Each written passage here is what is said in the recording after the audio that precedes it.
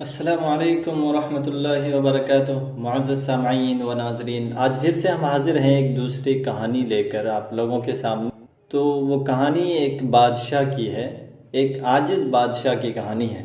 تو چلیے کہانی کو شروع کرتے ہیں کہ ایک ملک کا بادشاہ بہت رحم دل اور نیک تھا، رعایا کے حق میں بہت اچھا۔ چنانچہ تمام رعایا اس سے محبت کرتی تھی اور اسے خوب دعائیں دیتی تھی۔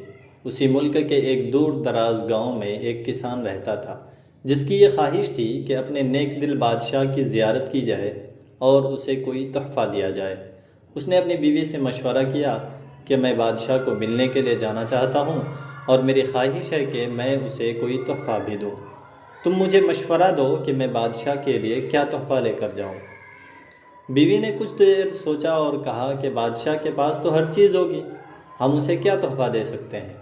ہاں، میرا ایک مشورہ ہے کہ ہمارے گھر کے پاس بہنے والے چشمے کا پانی بہت میٹھا اور ٹھنڈا ہے، اور ایسا پانی پورے ملک میں کہیں بھی نہیں ہوگا، حتیٰ کہ بادشاہ کے پاس بھی نہیں ہوگا، تو تم اس کے لیے یہ پانی لے جاؤ۔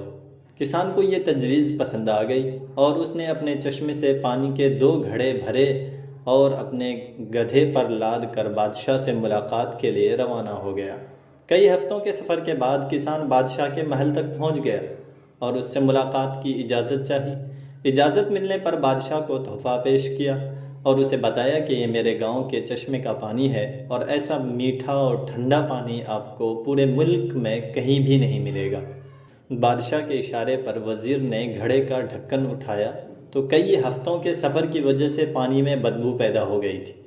وزیر نے بادشاہ کی طرف دیکھا تو بادشاہ نے اسے خاموش رہنے کا اشارہ کیا اور بآواز بلند کہا کہ ہم اس تحفے سے بہت خوش ہوئے، اور خزانچی کو حکم دیا کہ اس کسان کے گھڑوں کو سونے سے بھر دیا جائے۔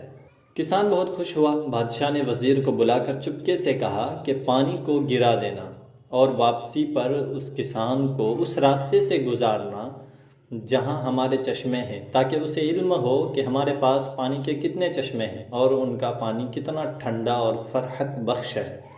چنانچہ جب کسان کو انعامات دینے کے بعد ان چشموں کے پاس سے گزارا گیا تو وہ سمجھ گیا کہ اس کا تحفہ کتنا حقیر تھا، لیکن بادشاہ نے اس کے حقیر تحفے کو بھی قبول کر کے اسے انعام سے نوازا۔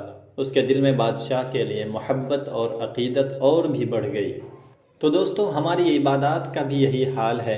ہم جو ٹوٹی پھوٹی عبادت کرتے ہیں تو ہم اسے بہت اچھی سمجھتے ہیں اور اپنے مالک کے حضور پیش کرتے ہیں۔